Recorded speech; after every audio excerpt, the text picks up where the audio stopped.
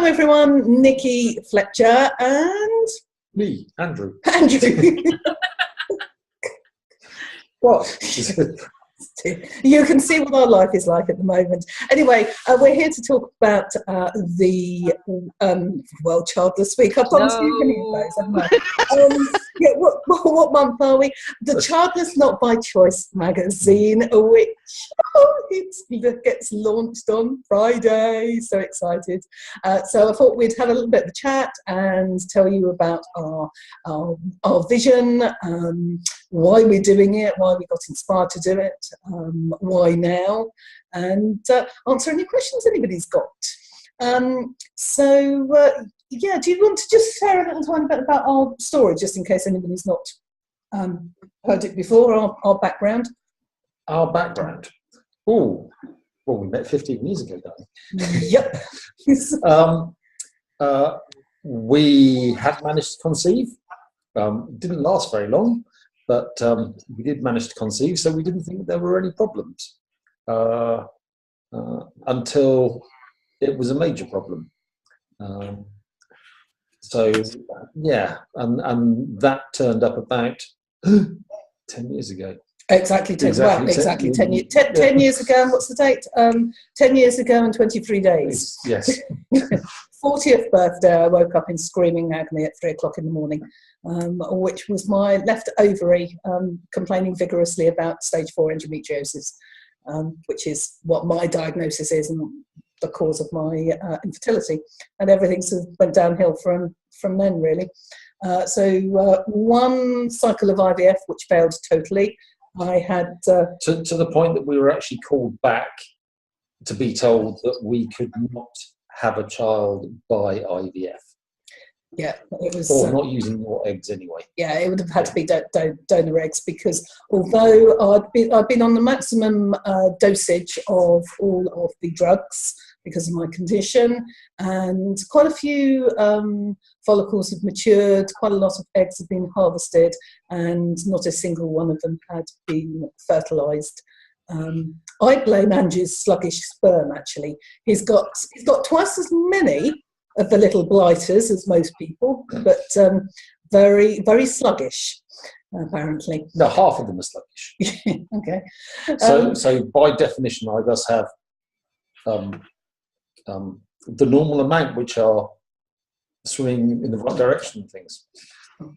Anyways, because I produce twice as much. Yes, by default. Yeah, so we had this failed IVF cycle, and basically I think we might have been offered counselling, but I can't remember because we weren't at the stage where we could even think about that at that point. And we basically just went home and thought, okay, well, we've got to get on with life then, don't we? Didn't realise we needed to grieve. And it was only a few years ago that we started to realise that we needed to do something about it. We'd hit rock bottom. Well, we need to put in a little adjunct to this, in that Nicci had one operation for her endometriosis in 2008. Yeah. As in 6 hours on the table. And then in 2013 had to have another one, which was only 4 hours this time. However, the fact that it came back in 5 years to the extent that it had, they then put you on the pill. At which point that really does kill all options of. Generally speaking, can't conceive when you're on the pill. Yeah, so that all happened quite a few years ago, and I then joined a support group. And it was a case of I wasn't really sure whether I belonged there. I lurked for a while, started reading some of the posts and thought, actually, a lot of this makes sense. I know what these people are talking about. I can relate to it. So I started to like the odd post. I started to comment, etc. Ow, just being bitten by the cat. And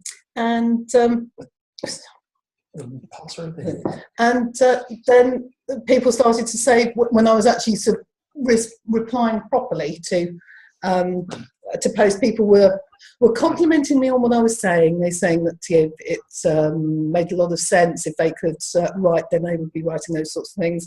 And as I've always loved writing, if you cut me in half, I reckon that I'd be like a stick of Brighton rock, and I'd have writer printed through my core. So I got nudged in the elbow by my subconscious at 3 o'clock in the morning, and it was a case of, right, okay, I needed to write a book. So I started writing a book, started writing a blog, and then that was sort of how I was ticking over. I'd had a really bad year last year, a huge wobble, back to sort of where I had been several years beforehand in terms of self-confidence and thinking that I was progressing. And then I joined Steph's group. And then Steph posted about World Childless Week, and I went, oh, do you want a little tiny bit of help? And Andrew and I became involved in that. And we really enjoyed it, was amazed by the response of it.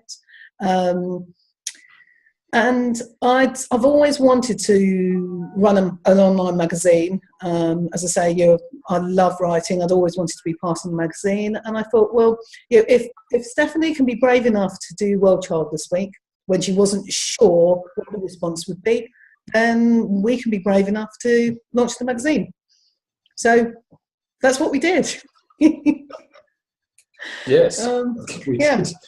And hopefully at some point I might still get my staycation, which I was supposed to have at the end of August, beginning of September. Yes, that didn't really happen. Hello, Rosalind. Hello, nice to see you. I'm so sorry I'm late. It's taken me all this time trying to join the meeting. I'm so sorry. Oh, that's all right. If you want, we can't see you at the moment, but I'm not sure if you want your video. Happy to, but I don't know what to do about that. Bottom left-hand side, there should be a little video recorder that you press. It should have a little line across it at the moment. Okay, Let's see that's if it works. better. That's better. Hello. Hello. Hi, welcome. So, Andrew and I have just sort of shared a little tiny bit about our sort of background in terms of Childless Not by Choice, and we'd really just got to the stage of why we were starting the magazine, which was basically because of how we felt after being involved in World Childless Week and having seen the success of World Childless Week, and wanting to do something which would help the sense of community and the support, etc., so continue throughout the year.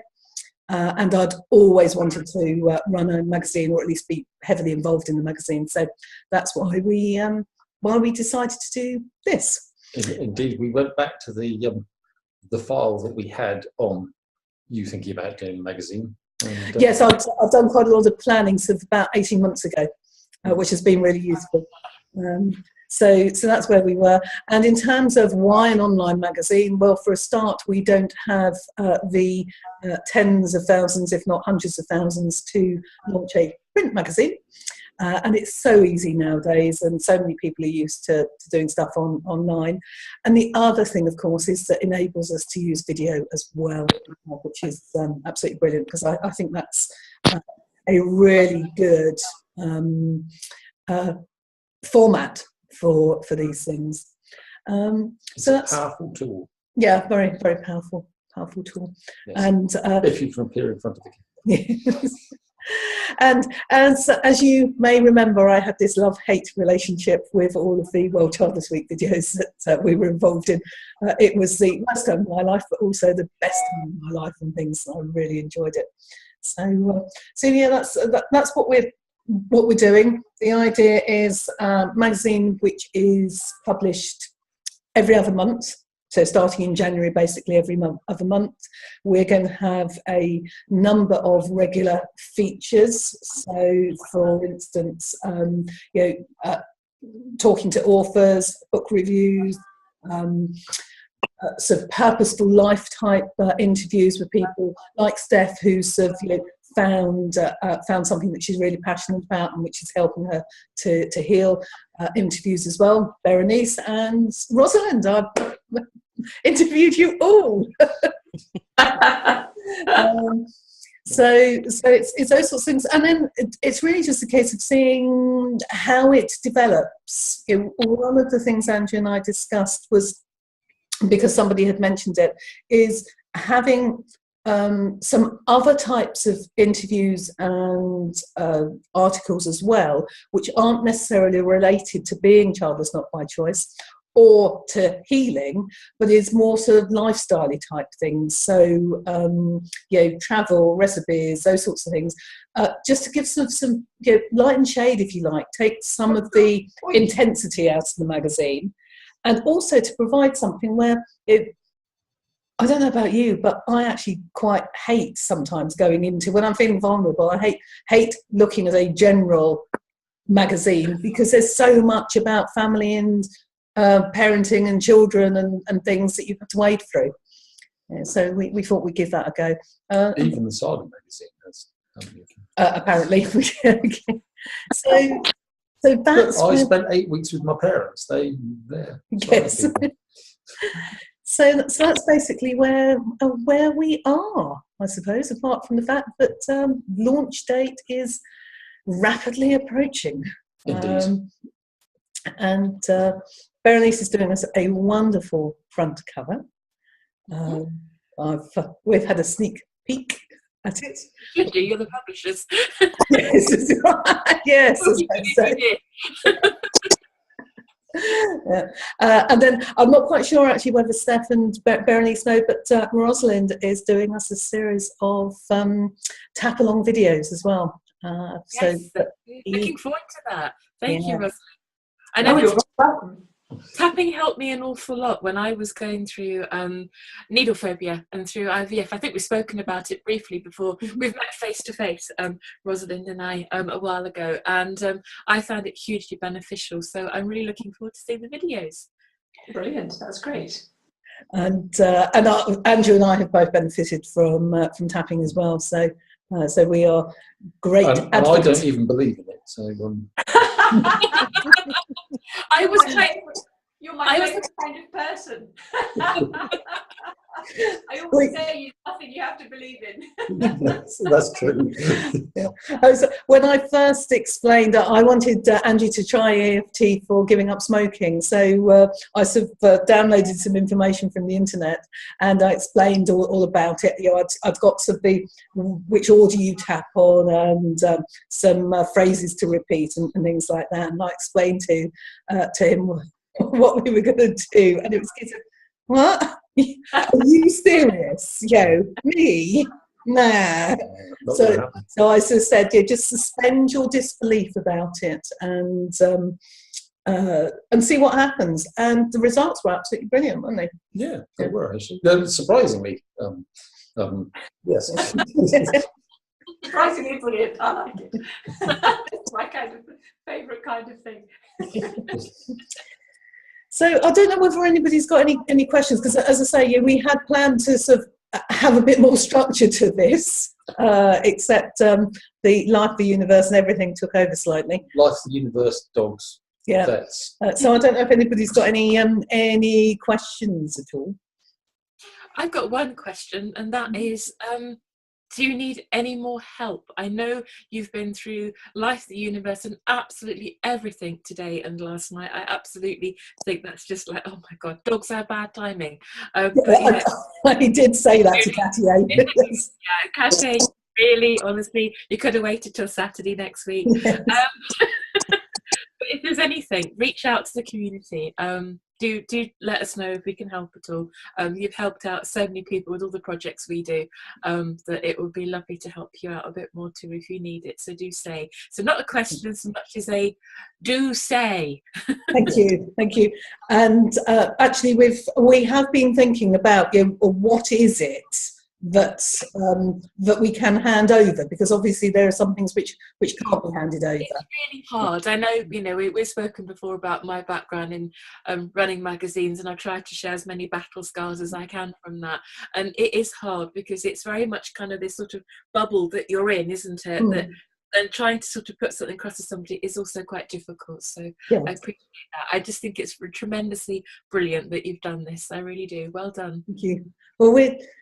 Well, go on then. Sorry. Well, we're actually not quite where we thought we were going to be. but we're pretty close. We're on track. Yeah. We're literally now into putting it together, Great. figuring out where things Yeah. go on the page.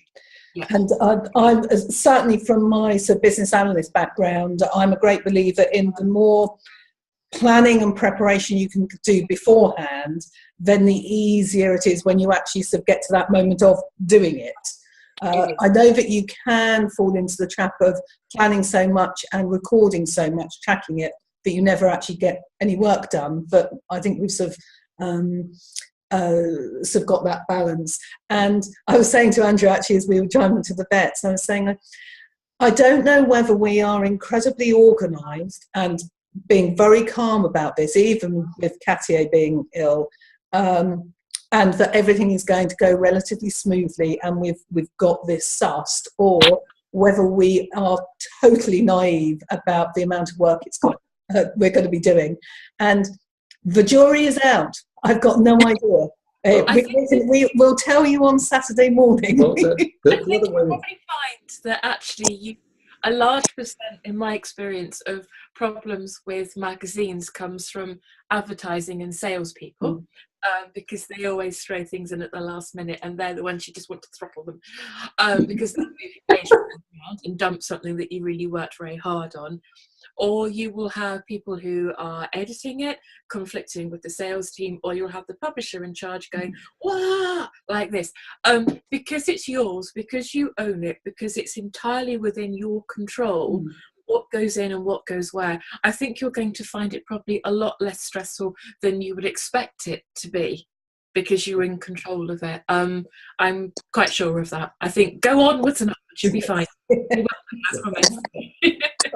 And as I said to Nicci, there's no point in getting stressed about things that we don't know whether they're going to be stressful anyway.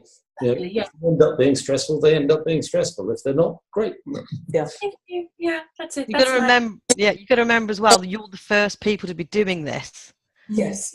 And you're opening a magazine up to a community that don't have anything like this. So whatever you do is going to be good. Yeah. Do you know what I mean? It's going to be impressive to people. It's going to pull people in, and people are going to support you. So even if you find these hiccups that first time, you've got months ahead of you to get it better and get it exactly and to get it perfect the way you want it to be. So don't put the pressure on yourself. This time next year, it will be a lot better. It probably will, because you can get some forward traction. I think first you start from nothing. So you've had to do twice as much work to get the things done, to have a forward load, if you want, for that issue. Next issue, probably going to be a bit harder still, because again, the magazine's still finding its feet. This time next year, you will have a readership, you will have an audience. It's the preparation, but also trying as well to keep the traction going on the marketing and keeping it going. So it's 90% is getting it done. The other 10% is going to be on making sure everyone reads. But you've got so much support in the community and so many blogs out there that, you know, I don't think that's too much of a problem. But you know, and there's lots of things people can do to keep things like this in the public eye as well. You know, your publishing schedule itself will help you too, so you'll be fine. I'm sure we will. And actually, one of the things that I wanted to take the opportunity of saying whilst recording this is to say thank you to everybody who has been so supportive. You know, I mean, it just happens to be a coincidence that the three of you have been people that we've interviewed. You know, I know, Berenice, yours was a written interview. It was supposed to be video one. We'll have to reschedule that for some time. But, you know, everybody really that we've approached and said, this is what we're doing. Would you be interested in doing something? Has said yes, which is brilliant. And Steph, I totally agree with what you were saying about the fact that there isn't anything like this out there at the moment. So everybody in the community, no matter what we produce, almost is going to be impressed and thankful and grateful for it. Yeah. And you'll find as time goes on, you'll work out what works, what doesn't work, or by what reviews you get, what people are finding interesting, and where to go further along. And you know, even have it so that you can say, what would you like to see, and people will actually feed you what you need for the magazine. So the community is there to help you. Yeah, you start. I mean, it's the same. You must have found that with World Childless Week, and I found it the same with Walking Our Shoes stuff. That you start from something, and you really are just giving it a go. I mean, again, the Childless Hour thing. I just thought, oh yeah, it'll happen for a few weeks, and after kind of the World Childless Week, kind of the peak of that would be it. And there we are, still chatting. Yes.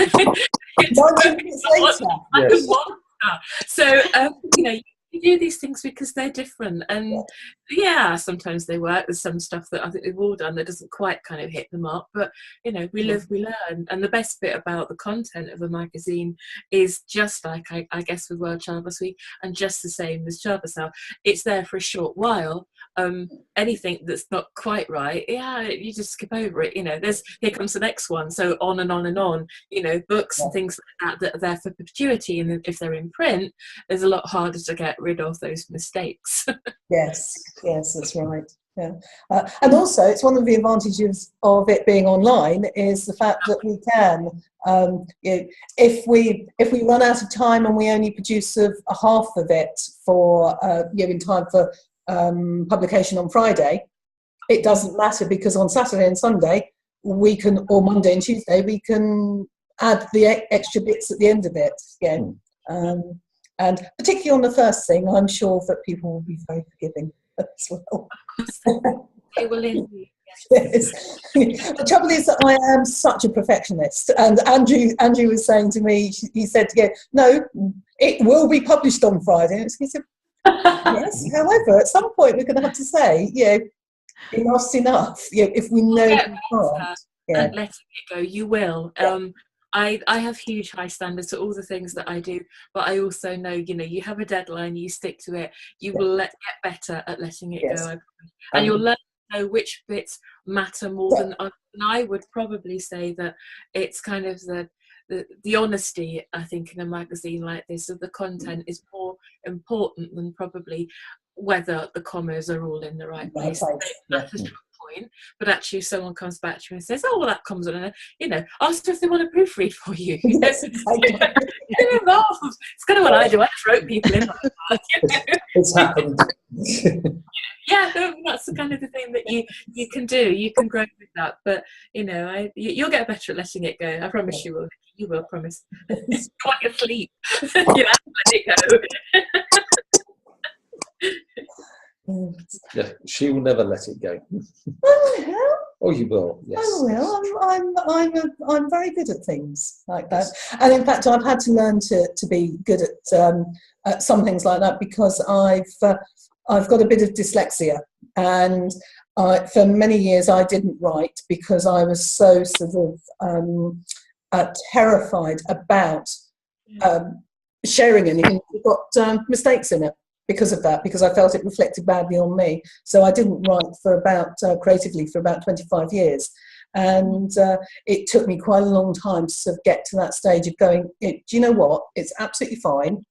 And that's what proofreaders are for, you know, to help people like me. You know? And if people can't see beyond, you know, a mistake here and there, if it's totally riddled with it, then yes, it looks unprofessional. But, you know, the occasional typo, I don't think is that important.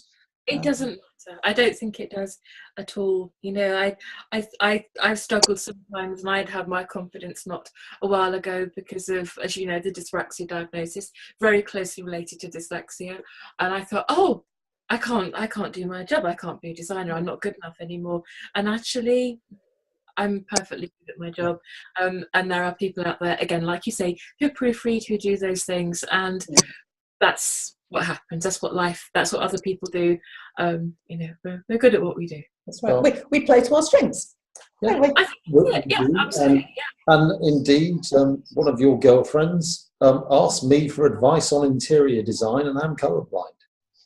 There you go. Some advice. Because I get it right.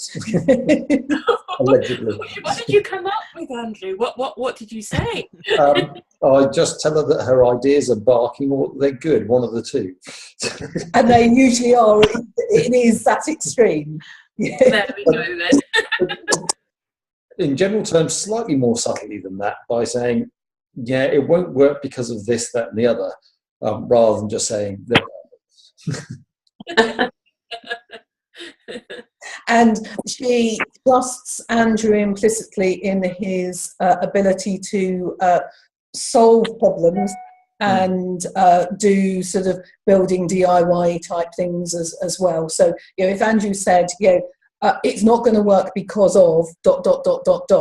then she'll go, okay, yeah. So that's good. Yes. Anything else? Yes, I we're going to end in 10 minutes if we are recording, because we're over 3 people. Yes. Yes, I have a question. I was going to say, we're very used to seeing you in front of the camera, Nicci. I was just wondering, are we going to see more of you, Andrew? It's really nice to see you. I've never seen you before. Oh. I was wondering, I've heard you. Yes, you hit me in the background. Unfortunately, you will see more of me in front of the camera. That's very photogenic, so that's good. Particularly with the cat. Yes, I do have a selection of cat-shaped boas. Well, normally she lies sort of across your back like this, so you end up having to sort of be like this because of the way. Rosalind, have you seen that there's a Duval Twitter account? Duval, one of their dogs, has his own Twitter account now. No, I didn't know that. Well, fancy that. Oh, he's very handsome. Yes, he's starting. I think Molly might have competition for his affection. Oh no! No, to be fair, Duval does have competition from Molly's boyfriend Red, who actually is quite local. So they have a kind of a real life kind of relationship. Romance, yeah. Romance. But Duval is be careful of what you think you might wish something to be. Because we had a beagle called Mischief and a Rottweiler called Lanson, and we said that the dog that we would like would be a combination of the two. Duval is, and I'm not necessarily sure it's a good thing. Yes. Yes. Basically, Duval is the offspring that if Lanson and Mischief had pups, he would probably, character-wise and things, would probably have ended up like that. And it's his, not 100% sure about this. But yes, he photographed us. Are we going to be seeing more of you? Yeah. Yes. It's in front of the camera. In front of the camera. Actually, what's your main feature you're going to be doing? In front of the camera. You're going to be doing. I'm not doing anything in front of the camera as a main feature. Am I? This might be the first hiccup. Online breakup. No, this is getting brain into gear about certain things. Yes, we're doing the Childless Island discs rather than Desert Island discs. Oh yay! Yes. I like that. Yeah. Oh, good. Spotify. Put it on Spotify. Basically, we don't know about Spotify, so we'll have to learn about that. Yes, I mean it's not going to happen in the first issue. Yes, we will look at technology and all those good things and see whether we can, improvise, adapt, and overcome. And will it basically be your 8 favourite songs? Is that what you're talking about? Not quite. It will be a combination of songs, films, and books. So probably 2 of each. Your 2 songs, your 2 films, and your 2 books. And because of we're going to have to be careful because of the time in a minute, but because of the issues of royalties and things like that, we won't be actually playing the music, but what we'll do is we'll have a link to all the things on YouTube so that you can go and see the music, particularly if it's of something a bit unusual. Yeah, that was an in the bath moment. Yes. She has lots of in the bath moments. Actually, yes, it was mine as well. Or normal 3 o'clock in the morning moments. Yes. Oh, yeah. Anyway, unfortunately we are going to have to sort of wind up now because we've done our sort of 40 minutes, and otherwise we're going to be. And we need to go and snuggle a little. And we do need to go and give little girl some TLC and have some food as well, because I'm surprised our tummies haven't been moving. So it's been a lovely seeing you all. Thank you so much, and I will. We will see you on Friday. Yes. At launch. and we will endeavour for tomorrow evening. Yes. We have to go now. It's no problem. Bye.